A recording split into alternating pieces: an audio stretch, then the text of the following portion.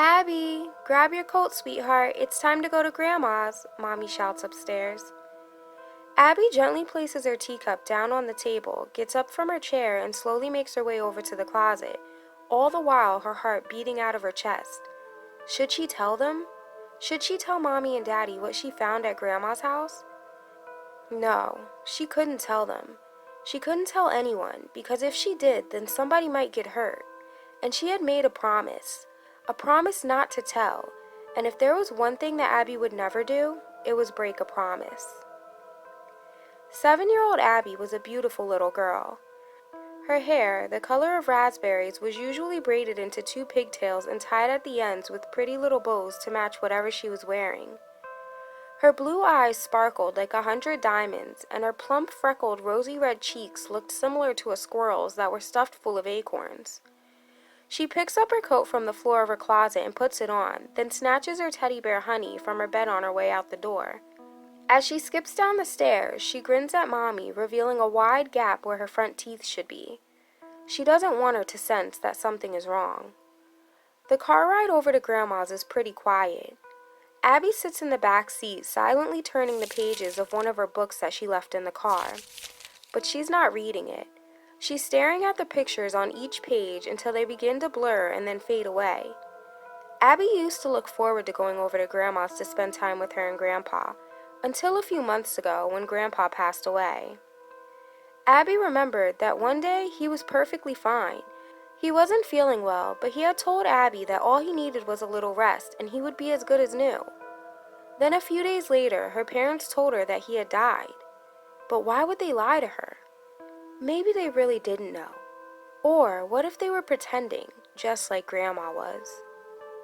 Abby lays her head back on the seat and recalls the day that changed her entire life. It was a few weeks ago. She was at Grandma's house and it was a boring rainy day.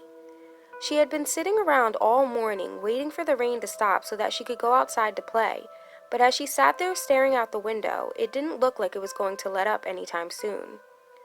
Thunder booms, startling Abby, and she races away from the window and leaps up onto the sofa on the other side of the living room. "Grandma, I'm bored," she complains. Abby usually brought a bag full of toys and things to do with her, but Mommy had been in a rush that morning and forgot it. Grandma comes strolling into the living room from the kitchen holding a cup of hot tea. "Sweetie, I'm sure the rain will pass soon." Abby lets out a sigh and slumps down on the sofa, her tiny little legs dangling slightly above the carpet. Grandma sits her steaming cup of tea on a saucer on the coffee table, then tells Abby, "I have an idea. Follow me." She takes Abby by the hand, guides her down the hall, and stops at the door that leads upstairs into the attic. Abby is a little surprised when Grandma opens the door. She told Abby before that the attic was no place for a little girl to play. She said that it was full of dust and cobwebs, 2 of the things that aggravate Abby's allergies. "Grandma, why are we going up here?" Abby questions. Grandma picks up a box sitting on the floor next to the door, glances at her and smiles. "I've been meaning to put this box up here with the rest of Grandpa's stuff." Abby is beyond excited to see the attic. She's always had a certain curiosity about it. She follows behind Grandma up the steep steps, and then they emerge into an enormous space full of old dusty furniture and boxes. "What is all this stuff?" Abby asks. Grandma sits the box down and answers, "Just some old stuff that I don't use anymore. A lot of it belonged to Grandpa. He brought it back from some of his trips. I just couldn't bear to get rid of his things." She closes her eyes for a moment and places both of her hands to her chest. "I know he's still here watching over me. Sometimes I hear him walking around up here at night. He used to spend a lot of time up here. Did you know that Grandpa was an adventurer?" "Yes, Daddy told me that." Grandma smiles and continues, "I miss the stories he used to tell. I know he made up a lot of them because they had all kinds of mythical creatures in them, like the time he said he hunted down a chupacabra in Mexico because it was killing all of the sheep in town. Or that time he said he captured a leprechaun in Ireland and he used the gold that he took from it to buy this house.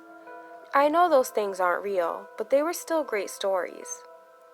Grandma reaches up and pulls the string dangling next to a light bulb, and the entire room becomes illuminated. Abby gazes around the attic in amazement. She could smell the dust when they walked up, but now she can actually see it. There's a thick layer covering nearly everything up here. Abby spots a small circular window across the room, and she slowly approaches it. She wipes the dust and grime from it with her sleeve and then peers out. She can hear the gentle tapping of the raindrops as they hit the window and the roof.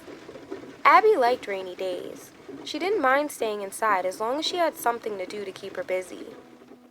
Grandma calls Abby over to a corner of the attic and points out an old wooden trunk. "What's this?" Abby questions with a smile. Grandma kneels down beside her, lifts the black metal latch, and pushes the lid of the trunk open. A swirling brown blur of dust rises from it and causes Abby to sneeze. Grandma hands her a handkerchief, and Abby wipes her nose, then places it into her own pocket. Leave it to Grandma to always have a hanky when you need it. Grandma reaches into the trunk and begins to pull out a bunch of clothes. Beautiful dresses, hats, scarves, shoes, and even purses.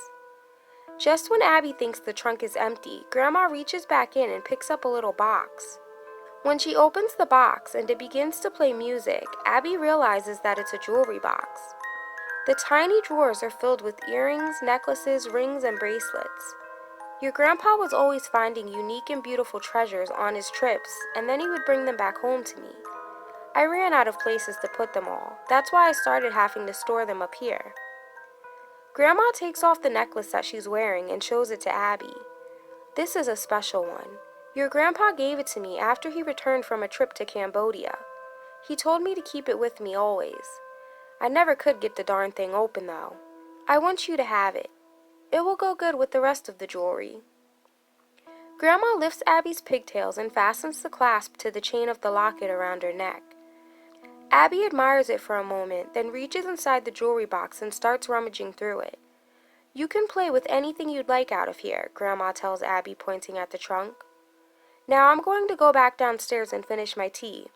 When I'm done, I'll make you some hot cocoa and lunch and then call you down when it's ready."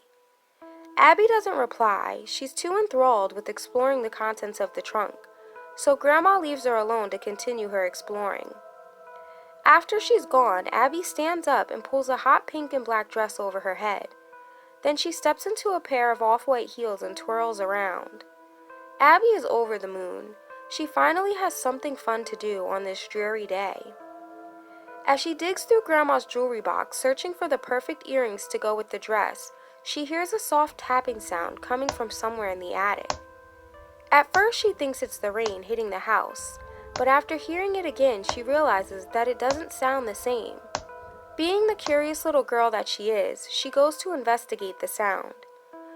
She hears it again a moment later and then makes her way closer to that area of the attic. When she finally reaches the spot that she heard it coming from, there's nothing but silence now. But just as she turns to walk away, there it is again. She steps over and around a pile of boxes and other junk covering the floor. Then she gasps in surprise when she sees a small door cut into the back wall of the attic. She takes a step toward it, grabs the handle on the door, and begins to pull it as hard as she can. Then she notices that there is a lock that can only be opened with a key. So she goes back over to the trunk and begins to play again, forgetting all about the door, when the box that Grandma just brought upstairs captures her attention. She opens the flaps and begins to search through it. It's full of papers that Grandpa wrote all over, and there are even some pictures of him in some of the places that he traveled to. Then beneath a manila folder, she finds a small key. She picks it up, and immediately the thought crosses her mind that it must be the key to unlock the little door she discovered in the attic. She carefully places everything except for the key neatly back into the box. Then she heads back over to the corner of the attic where the door is located. The tapping sound has stopped now, but she's still curious to know what's in there. When she reaches the door, she places the key into the lock and turns it. The door creaks open. She bends down so that she can fit through the opening, and then she steps inside and takes a look around. The room only holds a small mattress covered with a dirty sheet. It looks as though it used to be white, but now it's a dingy gray. There are 2 buckets sitting next to the mattress. One is half full of water, and the other is half full of something that Abby isn't quite sure of, but the one thing that she does know is that the smell permeating from it is foul. Her heart nearly leaps out of her chest when she spots a dark, shadowy figure crouched down in the corner of the room. Even though it startled her, and not knowing that it could mean trouble, she approaches it. She reaches out her hand and taps the figure on the shoulder. It recoils when her warm hand makes contact with its cold skin, then it turns around and stares her right in the eyes. A bony, shaking finger reaches toward her chubby little face. The man whispers in a raspy tone, "Abby, is it really you? You've gotten so big." Abby thought she recognized the man, but how could it be? Her grandma, her parents, they had all told her that he was dead. But she decides to ask anyway. "Grandpa, is it really you?" He nods his head and she reaches out excitedly to hug him, squeezing him tightly. He awkwardly returns her embrace, holding her as tight as he can in his feeble state. Once he starts to move around, she notices that he can only move a short distance because his legs are restrained by large chains that are bolted to what looks to be a concrete slab in the floor. "But Grandpa, Grandma told me that you were dead." He raises his pointer finger to his mouth. "You must not tell anyone that you found me in here. Not your mom and dad, not any of your friends, and especially not Grandma. Do you understand?" She nods her head in agreement. "But why?" "Because Grandma is the one who put me in here. And if you tell anyone, she'll find out that you know about me, and then I'm afraid that she will hurt you too." Abby could never imagine Grandma hurting anyone, especially her. But maybe she was wrong about her. She did lie to Abby about Grandpa. Abby hears the faint sound of Grandma's voice calling for her, so she quickly tells Grandpa that she has to go. Then she closes and locks the door, drops the key into her pocket, and rushes back over to the trunk just as Grandma begins to make her way upstairs. "Didn't you hear me calling for you?" Grandma asks as she glances around the attic. "No, me and Honey were playing," Abby replies. "Well, your cocoa is going to get cold. Can I come back up and play some more when I'm finished?" "Not today, sweetie. Your mom should be here to pick you up soon. Maybe tomorrow." "Abby! Abby!" Mommy calls as they pull up in front of Grandma's house. Abby snaps out of her daze. Ever since she found Grandpa in the secret room in the attic a few weeks ago, she's been visiting him every chance she can get. And even though there have been many instances when she really wanted to, she hasn't told anyone about it. This will be the longest that she's ever stayed with Grandma. Mommy and Daddy are going on vacation for a whole week. When they first told her, she was excited that she'd get to spend more time with Grandpa, but the more time she did spend with him, the more worried she became. She knew it was only a matter of time before Grandma caught her up there. That's why she was constantly thinking about whether she should tell someone about what she found or not. She wasn't entirely sure if Grandma already knew something, but Abby had a feeling that she did. Ever since she discovered Grandpa in the attic, she'd been sure to do exactly what he said and act like everything was the same when she was in front of Grandma. Abby grabs Honey from the seat beside her, unbuckles her seatbelt, and waits for Mommy to open the car door. Once she does, Abby hops out and slams the door behind her. Then she stares up at the small circular window to the attic. What would she do if for some reason Grandma told her that she couldn't play up there anymore? Abby had been sneaking food and snacks up there to Grandpa. He was even starting to look a little better than when she first found him. He looked sickly before. Now the color was beginning to return to his face, and it even looked like he had gained back a little weight. Those are all reasons that could have Grandma starting to suspect something. But Abby couldn't get caught. Grandpa needed her help to escape. The last time she saw him, he asked Abby to find the key to unlock his shackles. He said that Grandma hid it away somewhere in the house, and Abby had been looking all over the place for it, but she just couldn't find it. She didn't want to let Grandpa down. Grandma greets Abby at the door with a smile and a hug. "We're going to have so much fun," she exclaims. Abby grins back and waves goodbye to Mommy as she pulls away. Grandma helps her carry her things inside, then they head to the kitchen so that Abby can have some of her homemade gingerbread cookies and milk. Once she's done, Grandma asks Abby what she wants to do. "Can I play in the attic? On a beautiful day like this? Don't you want to go to the park and play? Or we can rake the leaves in the backyard into a huge pile so that you can jump in them." "Okay," Abby answers. After they play outside in the backyard for a while, they come inside for some lunch. When Abby is finished eating her bologna and cheese sandwich, Grandma tells her that she needs to use the bathroom before they leave to go to the park.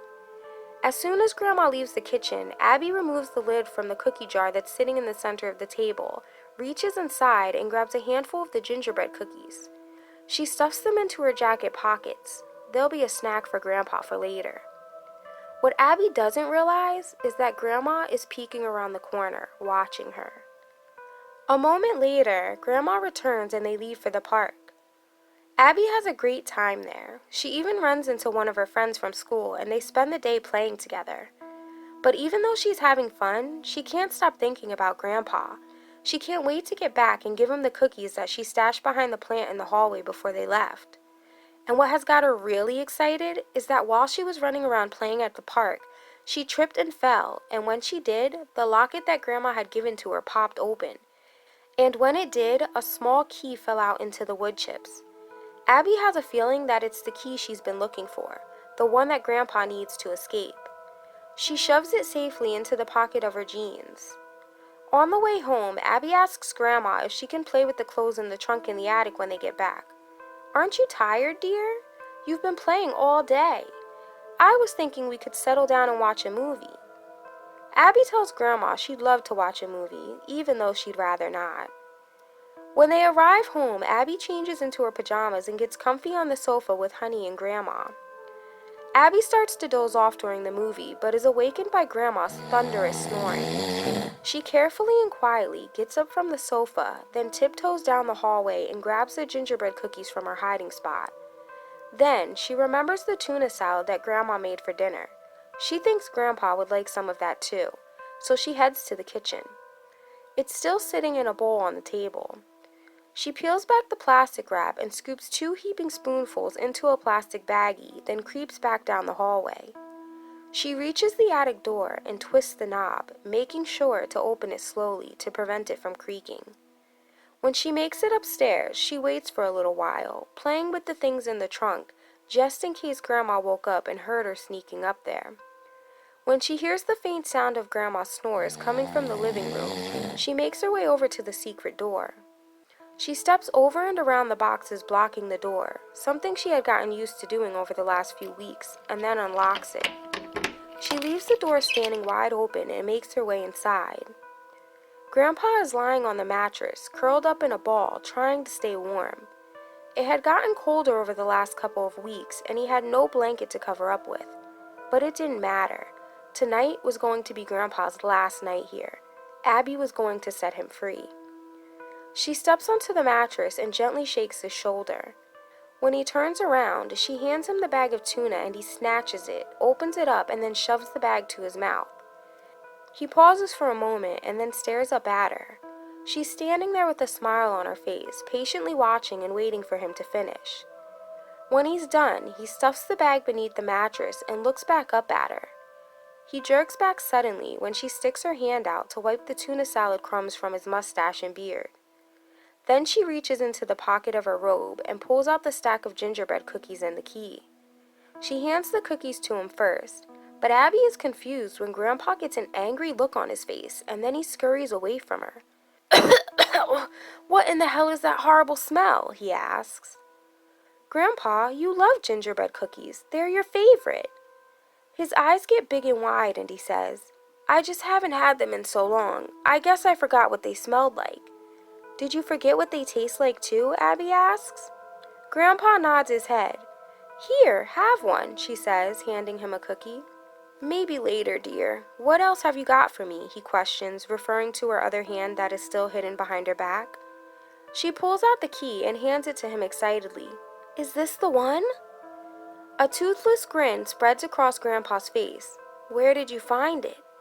"In here," Abby replies as she gently touches the locket. "You did a good job. I'm very proud of you," Grandpa tells her as he twirls the key in his hand. Then just as he reaches down to unlock the shackles, Grandma's voice floods the little room. "Abby, what in the world are you doing up here?" Abby looks over at Grandpa with a look of fear in her eyes. Abby, it's okay. Come on over here with Grandpa. I'll protect you.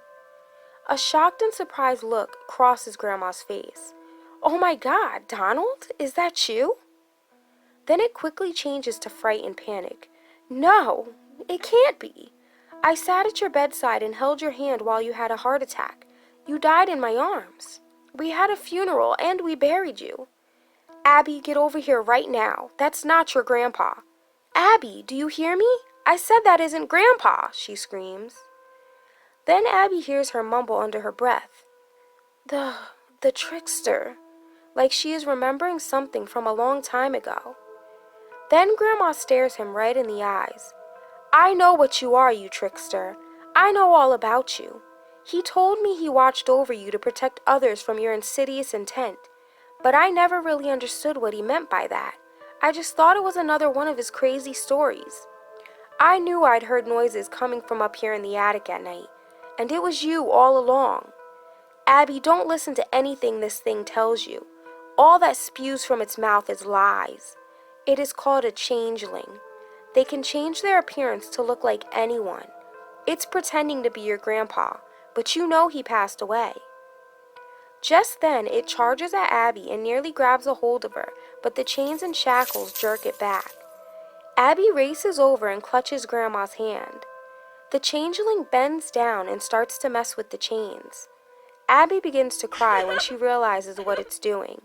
It's using the key that she gave to it to unlock and free itself from the shackles. Grandma, I'm sorry, Abby apologizes. It's too late to run now. As soon as the shackles hit the ground, it pounces at Grandma. Now gripping the shackles in its hands, it manages to maneuver the chain around her neck. She tries to fight back, but it has the advantage. It's stronger now. Abby thinks it's all her fault because she's been the one feeding it and nursing it back to health. Grandma whispers, Grandpa told me that they hate ginger. Then she takes one last gasp for air before her limp body slides to the floor. It climbs on top of her, stares deep into her eyes, and then licks the side of her face. Then it changes from Grandpa into Grandma right there before Abby's eyes. It looks at Abby and asks, Now what am I going to do with you? It lunges at her, and Abby quickly snatches the cookies from her pocket and holds them out in front of her with her eyes closed. She hears a groan and a hiss. Opening her eyes and realizing that she isn't already dead, she sees it recoiled at the sight and smell of the gingerbread cookies. You little human child, you have nothing to fear. I'll take care of you just like your grandma did. Just put those cookies away. Abby begins to break the cookies up, and just as she's about to race to the door, she sees the key lying on the floor behind the changeling. She must have dropped it. She'll just have to leave the door unlocked, so she darts to the door and sprinkles the pieces across the floor of the doorway. You think that will hold me? I will find you and kill you, you stupid little girl. I'll kill your entire family bloodline for what your grandfather did to me in Cambodia, it shouts after her. As Abby dashes down the stairs, she hears the last of its yells. You won't even see me coming. I'll kill your mom and pretend to be her as I slowly kill everyone in your family one by one, leaving you for last. Abby runs to one of the neighbors' houses for help. They call the police and Abby's parents. When the cops arrive, Abby stands outside waiting, gripping her teddy bear Honey tightly while they begin to search the house. They find Grandma's dead body in the secret room in the attic. The mattress is covering up the cookie crumbs that Abby sprinkled to trap it inside. The police find no sign of it anywhere in the house. Now Abby's whole life has changed. Nobody believes her story about a changeling. She doesn't know who to trust. It can strike at any time and in any place. And the worst part of all, it can be anyone.